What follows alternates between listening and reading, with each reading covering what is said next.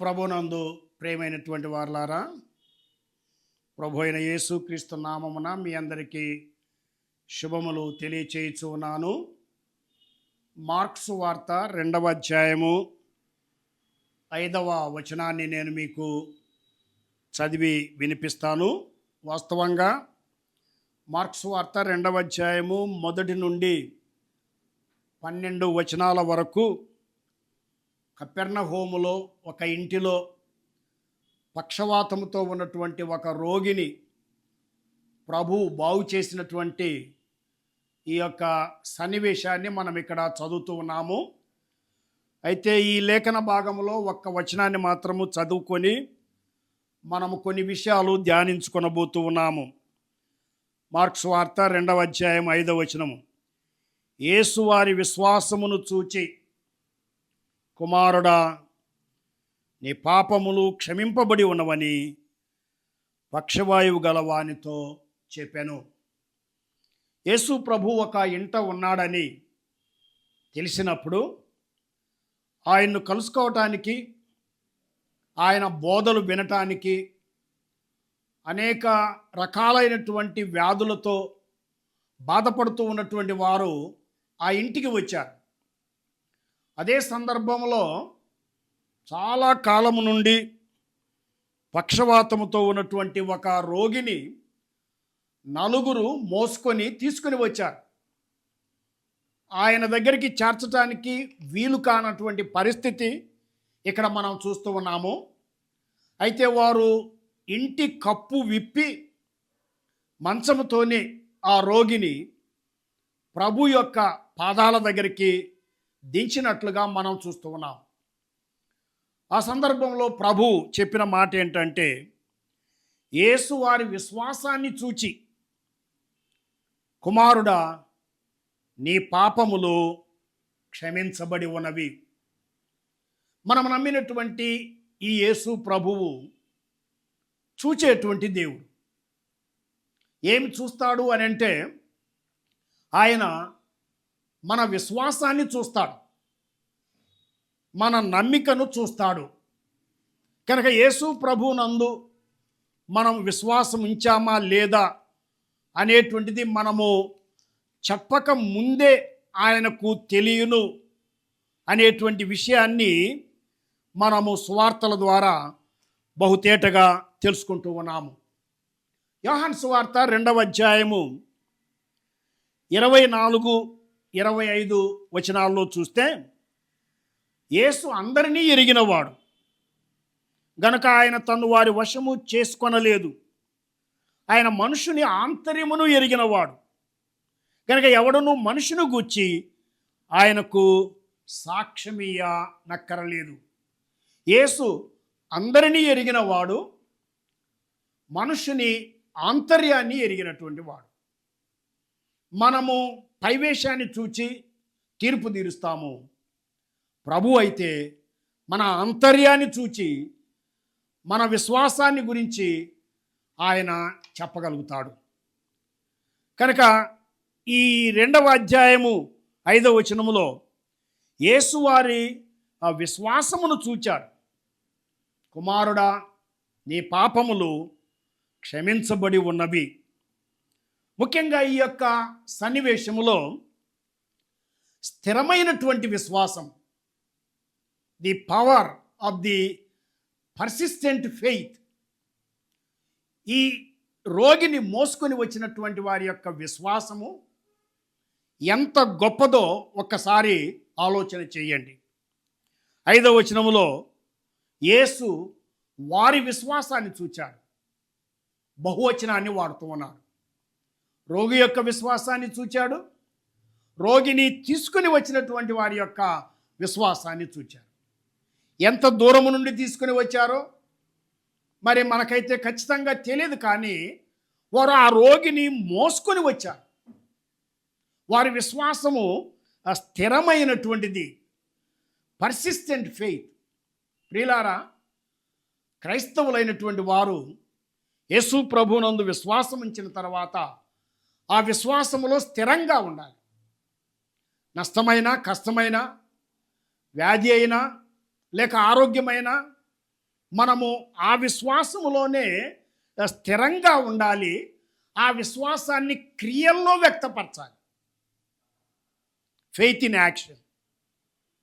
ఈ విశ్వాసం అనేటువంటిది దేవుణ్ణి మనం చేరటానికి ఒక నిచ్చెనలాగా ఉపయోగపడుతుంది, ఒక బ్రిడ్జ్ లాగా ఉపయోగపడుతుంది. విశ్వాసము ద్వారా దేవుని యొద్దకు వచ్చువారు ఆయన ఉన్నాడనియు, ఆయనకు ప్రార్థన చేసేటువంటి వారికి మరి ఆయన జవాబు ఇస్తాడనియు నమ్మాలి కదా.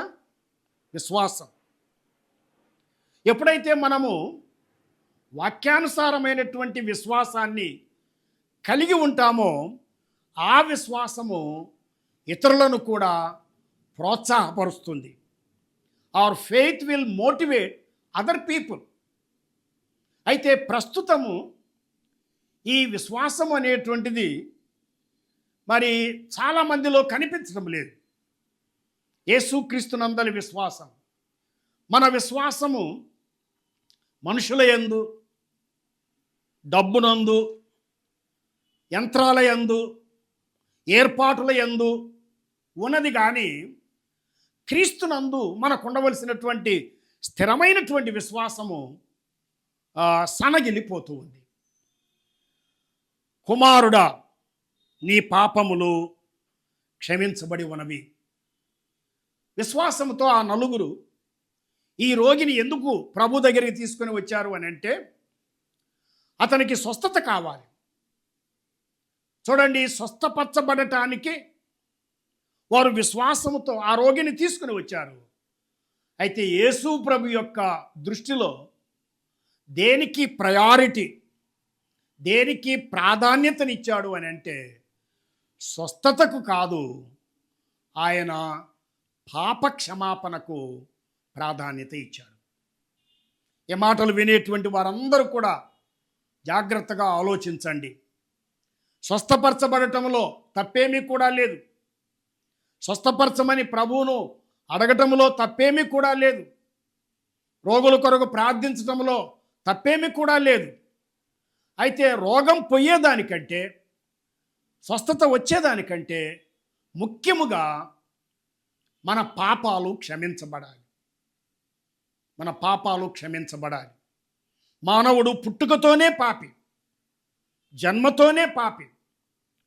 పాప క్షమాపణ పొందినటువంటి వారు మాత్రమే పరలోక రాజ్యం చేరతారు. ఇక ఏ అనుమానం కూడా లేదు. పాప క్షమాపణ అనేటువంటిది చాలా ముఖ్యమైనటువంటి విషయమని యేసు ప్రభు యొక్క బోధల ద్వారా మనకు అర్థమవుతూ ఉంది. యేసు ప్రభు సిలువలో వ్రేలాడుతూ కూడా ఆయన చివరిగా ఆ చివరి గడియల్లో తండ్రికి ఏమని ప్రార్థన చేశాడంటే, తండ్రి, వీరేమి చేయుచూ ఉన్నారో వీరెరుగరు గనుక వీరిని క్షమించుమని ప్రార్థన చేశాడు. పాప క్షమాపణ. ప్రియులారా, యేసు ప్రభునందు విశ్వాసముంచి మీరు పాపాలు కడిగి వేసుకున్నారా? మీ పాపాలకు క్షమాపణ కలిగిందా? చూడండి, ఇతడికి పక్షవాతం అనేటువంటి వ్యాధి వచ్చింది, శరీరానికి వచ్చింది. ఒకవేళ నీవు నేను అనుకోవచ్చు, నాకు పక్షవాతం అనేటువంటి రోగం లేదు. కానీ పాపము అనేటువంటిది నీ ఆత్మకు పక్షవాతాన్ని కలిగిస్తుంది. Sin can paralyse the soul అనేటువంటి విషయాన్ని మనం జ్ఞాపకం చేసుకుంటూ ఉన్నాం. ప్రభువు నీ పాపాలను క్షమించకపోయినట్లయితే నీవు పరలోక రాజ్యము చేరటానికి మరి అసాధ్యము అనేటువంటి విషయాన్ని జ్ఞాపకం చేసుకుంటూ ఉన్నాం. కనుక ప్రభు యొక్క దృష్టిలో దేనికి ప్రాధాన్యత ఇచ్చాడు అని అంటే పాప క్షమాపణ. ఎప్పుడైతే యేసు ప్రభు పాపాలు క్షమించాడో, అక్కడ ఉన్నటువంటి కొందరు శాస్త్రులు, పరిసయ్యులు హృదయంలో సనుక్కుంటూ ఉన్నారు. ఏమంటూ ఉన్నారు అని అంటే, స్వస్థపరచమని ఈ వ్యక్తిని తీసుకొని వస్తే స్వస్థపరచకుండా కుమారుడా నీ పాపాలు క్షమించబడ్డాయని చెప్తూ ఉన్నాడే, ఇది ఎక్కడి అన్యాయము? పాపాలు క్షమించబడ్డాయో లేవో మరి ఎవరికి తెలుసు? స్వస్థత కావాలి. ఈ దినాల్లో కూడా చాలామంది స్వస్థత స్వస్థత స్వస్థత స్వస్థతల వైపు ఎక్కువగా మొగ్గు చూపుతున్నారు. స్వస్థత కూటాలంటే వస్తారు.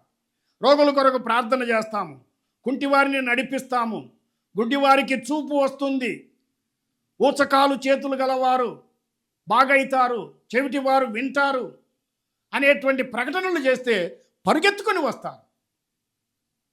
సువార్త కూటాలు, రక్షణ కూటాలు, ఉజ్జీవ కూటాలు అని అంటే చాలా తక్కువ మంది వస్తారు. అయితే ప్రియులారా, ఆశ్చర్యంగా ప్రభు ఏం చేశాడు అని అంటే, వారి హృదయాలను ఎరిగి, మీ హృదయముల్లో మీరు ఎందుకు ఇలాగో ఆలోచన చేసుకుంటున్నారు? పాపాలు క్షమించడానికి నాకు అధికారం లేదనా? నేను ఈ రోగిని మరి బాగు చేసినటువంటి నేను మరి అతని పాపాలు క్షమించలేనా? ఇదిగో, ఇతని పాపాలు క్షమించడానికి నాకు అధికారం ఉన్నది, డివైన్ అథారిటీ. పాపాలు క్షమించడానికి భూమి మీద మనుష్య కుమారునికి అధికారం కలదు. ప్రియులారా, ఈ భూలోకంలో ఎవరైనా మన పాపాలు క్షమించడానికి అధికారం కలిగి ఉంటే అది ప్రభు అయిన యేసుక్రీస్తే. ఏ పోపు కానీ, ఏ బిషప్ కానీ, ఏ పాస్టర్ కానీ, ఏ గురువు కానీ మన పాపాలు క్షమించలేడు. పాపాలు క్షమించటానికి ఒక్క యేసు ప్రభువుకు మాత్రమే అధికారం ఉంది. మరి యేసు ప్రభువుకు పాపాలు క్షమించడానికి అధికారం ఉందని ఎలా రుజువుపరచుకోవటము? ఎలా రుజువుపరచుకోవటం అని అంటే, నీ పాపాలు క్షమించబడ్డాయని చెప్పాను కదా, అది మీకు కనిపించడం లేదు కదా. అయితే నీ పాపాలు క్షమించబడ్డాయి అనేదానికి రుజువేమిటి అని అంటే, నీ పాపాలు క్షమించడానికి నాకు అధికారం ఉన్నది అనేదానికి రుజువు ఏమిటంటే, ఇదిగో ఇప్పుడు నేను చెప్తూ ఉన్నాను, నీవు లేచి నీ పరుపెత్తుకొని నడుమని ఆజ్ఞాపించగానే ఆ రోగి లేచి తన పరుపెత్తుకొని వారందరి ఎదుట నడిచిపోయాను. వారందరి ఎదుట నడిచిపోయాడు. ప్రియులారా, దేవుడు మానవుడై ఈ లోకానికి వచ్చాడు. ఆయనే యేసుక్రీస్తు. ఆయన పాపాలు క్షమించగలడు, రోగాలను కూడా బాగు చేయగలడు. కనుక పాపాలు క్షమించగలిగినటువంటి, రోగాలను తీసివేయగలిగినటువంటి ఈ యేసు ప్రభు దగ్గరికి విశ్వాసముతో వచ్చినట్లయితే, ఆయన్ను అంగీకరించినట్లయితే ఆయన నీ పాపాలు క్షమిస్తాడు. ఆయన చిత్తమైతే నీ రోగాలను కూడా నయం చేస్తాడు. అయితే యేసు ప్రభు నందు విశ్వాసం ఉంచినటువంటి ప్రతి ఒక్కరికి కూడా స్థిరమైనటువంటి విశ్వాసము ఉండాలి. విశ్వాసములో స్థిరంగా ఉండాలి.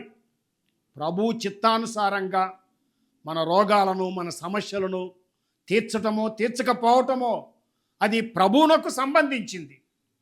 అది కీడైనా మేలైనా, కష్టమైనా లేక ఇరుకైన విశాలత అయినా కూడా ప్రభు మనకు ఎల్లప్పుడూ తోడుగా ఉంటాడు. యేసువారి విశ్వాసము చూచి, కుమారుడా నీ పాపములు క్షమించబడి ఉన్నవని పక్షవాయువు గలవానితో చెప్పాను. ప్రియులారా, ఆ పక్షవాయువు గలవానికి ఉన్నటువంటి విశ్వాసము, అతన్ని తీసుకొని వచ్చినటువంటి వారికి ఉన్నటువంటి అటువంటి విశ్వాసము మనము కలిగి ఉన్నామో లేదో ఈ సందర్భంలో పరీక్ష చేసుకొని, మన విశ్వాసములో ఏదైనా లోపం ఉన్నట్లయితే, విశ్వాసములో సన్నగిలి ఉన్నట్లయితే, ప్రభువా నా విశ్వాసాన్ని వృద్ధి పొందించుము, నా విశ్వాసాన్ని బలపరచుము, నీ వాక్యాన్ని చదువుట ద్వారా విశ్వాసములో నేను స్థిరంగా బలంగా ఉండేటట్లు, తద్వారా నేను ఇతరులకు ఆశీర్వాదకరంగా ఉండేటట్లు నన్ను దీవించమని దేవునికి ప్రార్థన చేయండి. మన విశ్వాసాన్ని చూచే దేవుడు, మన కష్టాలను చూచే దేవుడు, మన బలహీనతలను చూచే దేవుడు. కనుక ఆ చూచే దేవునికి మనల్ని మనం సంపూర్ణంగా సమర్పించుకొని విశ్వాసములో స్థిరంగా ఉండి ముందుకు సాగాలని దేవుడు మనలందరినీ హెచ్చరిస్తూ ఉన్నాడు. దేవుడి ఈ మాటలు ఆశీర్వదించునుగాక. ఆమేన్.